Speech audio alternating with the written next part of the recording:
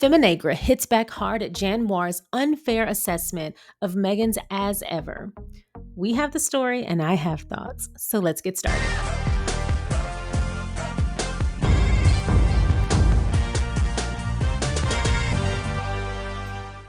Thank you so much for clicking on my video, and if you're returning, welcome back to my channel. Today, we'll be dissecting an article written by Miss Historian for Feminegra titled Jan Moir's Meghan Sussex coverage is built on years of manufactured contempt. And they're not lying. We have to get into that, but before we do, if you haven't already, please don't forget to go ahead and like this video, subscribe to the channel, and feel free to share so that more people can find us. Once again, the title of the article is Jan Moir's Meghan Sussex coverage is built on years of manufactured contempt. They are not lying. This is written by Miss Historian. Jan Moir recently traveled from London to California to visit Meghan Sussex's Montecito pop-up shop. The visit resulted in a scathing column about jam jars, mulling spices, and scented candles. But the content of her article wasn't nearly as revealing as the decision to send her there in the first place. The Daily Fail calls Meghan irrelevant, yet they dispatched a senior columnist across the Atlantic to photograph gift boxes and insult eucalyptus sprigs? Whatever this was, it wasn't lifestyle reporting. It was an attempt to humiliate a woman they have been writing about non-stop since 2016. Moir mocked prices, sniffed at packaging, and linked Meghan's products to perceived personal failings. She referenced Meghan's wedding, estrangement from her father, use of royal titles, and her Netflix appearances. The column repeated tabloid talking points dressed up as new observations. The framing relied on spectacle. A single visit became an open invitation to pile on. Meghan's as-ever collection includes honeys, teas, fruit spreads, and seasonal kits. It was launched in a curated space within a high-end bookstore in Summerlin, a short drive from Montecito. Moir's article barely described the store. She focused instead on who might be friends with Oprah and whether anyone had bought anything while she was there. She quoted a staff member's comments on mint-scented candles. The rest was conjecture. For a piece filed under lifestyle, the text was dominated by sarcasm and resentment. The pop-up's prices were compared to supermarket staples. The decor was described with disdain. There was no effort to report on sourcing, ingredients, or packaging standards. No interview with the founders or partners. Not even a customer quote. The visit served one purpose: to provide enough detail to mock the setting with plausible distance. Moir delivered commentary masked as critique, with an editorial line already decided before she landed in California. Quote, jars of her precious jams are displayed on silver salvers. Could everyone please curtsy? There are lush bundles of eucalyptus and foliage in silver vases, and even a dummy bottle of as-ever sparkling wine, actually filled with water, displayed in a silver ice bucket. Jan Moir, The Daily Fail. Now, I want to comment on that. I wasn't there, so I cannot confirm if that is actually what was going on. If that is true, if they actually filled one of Meghan's wine bottles, as-ever's wine bottles, with water for a display, that's actually pretty customary. As someone who has helped with displays in stores and in retail stores and even in grocery stores, etc., because one of the companies that I worked for did that kind of thing. And sometimes they would dispatch me out to do some of the larger displays. And so we would do that. We would remove the real product and we would fill one of or sometimes we had empty bottles on hand, but usually if we didn't, we would remove the real product and put water in if we were going to do an intricate display or a display with a design or something like that, simply because when something is set up as a display, not as the product layout, as a display, like when things are set up as she's describing in a silver ice bucket, that would be a display. That would be some kind of artistic expression, some kind of design. When we do that and we put products in things or set them up in ways that they weren't naturally intended to just sit and wait for a customer purchase, when we do that, it's because we want it to look a certain way. We want to attract the eye so that people will come over and see that, oh, this is where we're selling this product or this brand, etc. The display is typically set up in an artistic or creative way, meaning it heightens its chances of falling or breaking, getting bumped, etc., because it's not set up as just pure standing on a shelf safe. And so if that display were to be touched, which obviously people do, we ask that they don't, but obviously people do, as she picked it up. When we ask that they don't, but we know that people will likely pick things up. When they do that, there is a heightened chance and opportunity for it to fall and break. If that product were to spill everywhere, it would probably need to be cleaned up and the whole display would have to be removed, which would waste a lot of people's time and it would negate the whole purpose of it. But if water spills, that can just air dry. So we can just clean it off the floor, typically replace if there's a tablecloth or something, we can just replace that real quick, throw it in the wash or have it cleaned and come on back. But if product spills, that could actually erode other things. Usually products have some kind of chemical, something in it other than water. And if that were to spill, that interacts with other things, other linens, other chemicals, other products, etc. And it could actually ruin a large deal of stock. And you don't want that because that's a huge loss for companies. And so what you do is you fill display bottles with water in the event that people do what Jan Moir did, even though we ask that they don't, and touch them because then they could break and then that creates an even bigger mess and then you have product loss. Anyway, I mean, that's pretty standard. That's not an American thing. She could have just looked that up. This is not the first time Jan Moir has published a piece that felt personal. Her 2009 column on the death of Stephen Gately, published the day before his funeral, described the circumstances of his passing as less than respectable. The backlash was immediate. More than 25,000 people filed formal complaints. The article led to advertisers withdrawing placements from the Daily Mail website. The UK's press regulator described it as one of the most complained about pieces in British media history. In the years since, Moir has written headlines that accused Madonna of desperation, suggested jailing the parents of teenage girls, and blamed, quote, Black youth culture for the actions of white British children. Her language often strays into caricature and cruelty, aimed at easy targets. What ties the pieces together is a clear reliance on public humiliation as a device. The article about Meghan's jam fits into that archive. The British press devotes hundreds of pages each year to Meghan Sussex.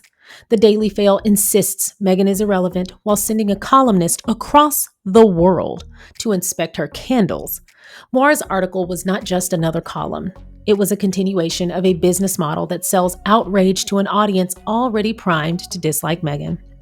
The inconsistencies in tone are not accidental. They are central to how the content is made. Moir did not interview Meghan. She did not purchase anything. She wrote a critique of a woman she did not meet based on a space she entered once. Her assignment was to mock the presentation of the brand and then link that back to Meghan's personal life. The method is familiar, yet also outdated. What Moir wrote was not investigative, informative, or fair. It was commentary structured around old grudges. Jan Moir's visit to Montecito did not produce original insight into Meghan's business. It produced a column that confirmed the British tabloid industry cannot let go. The decision to cover Jam as scandal tells us more about the editorial culture at the Daily Mail than it does about Meghan Sussex. The real story isn't Jam. It's the obsession behind who gets paid to critique it. Thank you so much for watching the SharionSade YouTube channel. I appreciate you watching my content. If you haven't already, please don't forget to go ahead and like this video by hitting the thumbs up. Please don't forget to subscribe by hitting the subscribe button. And don't forget to comment along the way. If you feel so inclined, please don't forget to share so that more people can find us. Once again, thank you so much for watching. Now let's get back to the video. At some point, someone at the Daily Mail has got to put a stop to this. Not only is it wrong, first and foremost, no matter how you slice it, bullying someone is wrong. Bullying someone who's never done anything is evil. I'm just telling you what I know. But at some point, you have to put a stop to it. And if you choose not to, you are choosing to go down with the ship. Do you genuinely think as you build your career throughout your life that people aren't going to look at your resume and pull your information and see that you were associated with this piece of shit publication and say, oh, heck no, we don't want to bring that venom here? People do not want to be associated with a sinking ship. People do not want to be associated with bullying. People don't want to be associated with racism. However, the Daily Mail is a beacon for all of those things. If you genuinely don't feel comfortable telling people at a bar where you work because you're embarrassed that you work for the Daily Mail, isn't that your first clue to get a job elsewhere? Not talking about Jan Moir, but I am talking about one of her colleagues. If that publication is such an embarrassment in media, why on earth do you still work there? And if we all got to get a check, we all got to survive, I get it. And if you don't have the time or the means to leave right now, isn't it worth your time to simply start putting a bug in ears and saying, hey, I think we need to let this go. We're killing our own reputation and we're making zero impact to Meghan's. But my question would be, zooming out, why do you want to make an impact to Meghan's reputation in the first place? Outside of the fact that she stomped y'all out in court. I mean, that was a pretty hard defeat. Y'all took that and it looked terrible. I mean, it had to be terrible coming back to the office after that. But that's what happens when you bully people. Wasn't that your clue to stop? Wasn't that your clue that, okay, not only are we legally facing ramifications from our behavior, misbehavior, things that we should know better than to do, but at this point, we're the laughing stock of our industry. People who advertise with us, people who affiliate with us, people who work with us, people who freelance for us are looking for other opportunities. And it's all the talk in the media, not even just in the UK. Everyone, and I mean everyone who might even know a person who knows a person who knows a person who's in the media, knows that the Daily Fail has completely tanked their entire publication and their reputation behind their one-sided grudge with Meghan. And they didn't even bother to show up as worthy adversaries.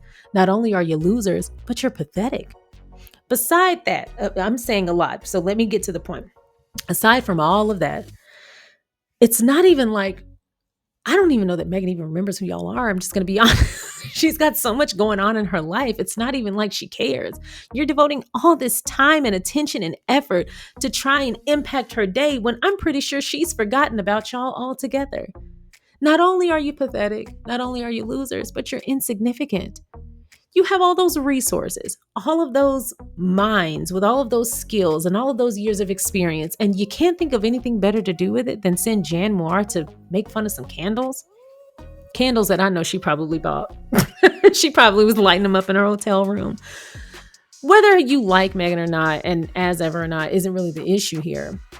It's the fact that there's this intentional effort to drive people away from her and her products and her projects and anything that she's affiliated with.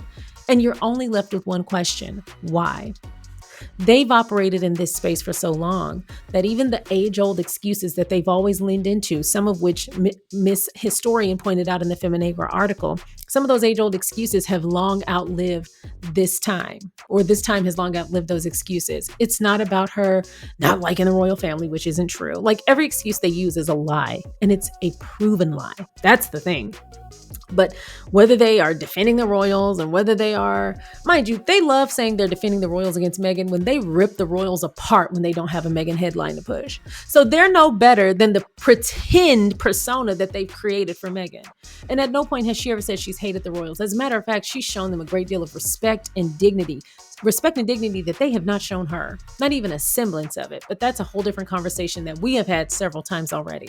But if the Daily Fail really didn't like Meghan for any of these other reasons, that would have long since worked itself out. She hasn't had contact with them since the last time she whooped their ass in court. At this point, they should have left her alone then. Can you imagine how uncomfortable it must have been going back to the office after that? Oh, I know they were embarrassed. I know they weren't making eye contact with each other. I know that water cooler was quiet. Anyway, that's beside the point. At some point, you have to move on. And at some point, you have to look at yourself in the mirror and say, if I'm working here, then I am standing with a company that is openly being racist. I am standing with a company that is openly being misogynistic. I am standing with a company that is anti-progression. I am standing with a company that is bullying a human being. An innocent human being. And every day I clock in and clock out, submit a story, edit a story, publish a headline. Every day I put any kind of effort, whether that's pencil to paper, whether that's changing the roll in the toilet paper or in the bathroom. Whatever my effort here is, I am perpetuating whatever that message is from this publication. I am affiliating with a racist organization. I am affiliating with an anti-progressive publication. I am affiliating and I am embodying and I am promoting bullying. The advertisers are slowly but surely finding their way out. People are sick of it. Jan Moir is part of the problem, but she's only one part of the problem. The publications that are doing this are the problem. And no matter how often we call them out, no matter how often we point out how harmful it is, they don't stop. And it's because, unfortunately, they are feeding a very sick beast comprised of very disgusting people, low lives with nothing better to do with their time and nothing to truly live for. Man, I wish we had some human-sized bottles of Raid, don't y'all? Either way, the thing that gives me solace today that may not have years ago was the fact that I know that Meghan has moved on. She is living her best life, and she is mentally, emotionally, and most importantly, physically protected from these ghouls. She's living her best life. And all of their attention is focused on her, and all of her attention is focused on the present, the future, people who need her help, her husband, her family, her fans, the people she's friends with. She's mostly focused on love, prosperity, and progress. I would much rather live in her world than theirs. Actually, a lot of people would, which is why they're so obsessed. Either way, the Daily Fell doing what the Daily Fell does, and I love every bit of Feminegra calling them out. That is all I have for y'all. Y'all let me know your opinion on this. Also, if you were able to make it to the pop-up shop, let me know and tell me your experience in the comment section. And if you want me to share and make you part of a video, absolutely let me know and I will share your name as well. So that's all I have for y'all. I hope you enjoyed today's video. If you haven't already, please don't forget to go ahead and like this video, subscribe to the channel, and feel free to share so that more people can find us. And I will see y'all next time. Bye.